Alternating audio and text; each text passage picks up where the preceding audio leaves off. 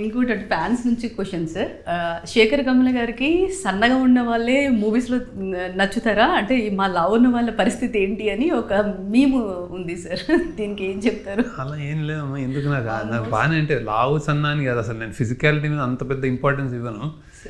అందరూ నా హీరోలు అందరూ బాగా అంటే మస్కులర్ సిక్స్ ప్యాక్లో అట్లా నాకు అవసరం ఎక్కువ ఉండదు బేసిక్. అంటే నేను ఆ సినిమాలో చూపించే అవసరం ఉండదు మామూలుగా.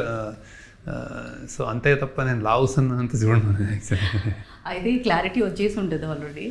సో నాని గారితో మీరు మూవీ తీస్తే ఏ జానర్లో ప్లాన్ చేస్తారు సార్? తీస్తే దానితో ఏదన్నా అంటే మేబీ నాని మనందరికీ గై నెక్స్ట్ డోర్ బాయ్ నెక్స్ట్ డోర్లా ఉంటుంది. సో అంటే ఏదైనా చేస్తాడు ఆయన, టెరిఫిక్ పర్ఫార్మర్, అన్నీ చేస్తాడు అన్నీ. ఇప్పుడు యాక్చువల్లీ ఎంత వర్స్టైల్గా అన్ని పాత్రలు చేస్తున్నాడు తన. సో ఏదైనా చేయొచ్చు దాంతో. కానీ మనం starting I think boy next door, మన ఇంటి కుర్ర పక్కింటి కుర్రోడ్లా ఉంటాడు. సో అది ఇప్పుడు అట్లా అనుకోవద్దు అంటున్నారు కదా సార్, ఆయన అంటున్నారు కదా. సో మీరు ఏం ప్లాన్ చేస్తారు?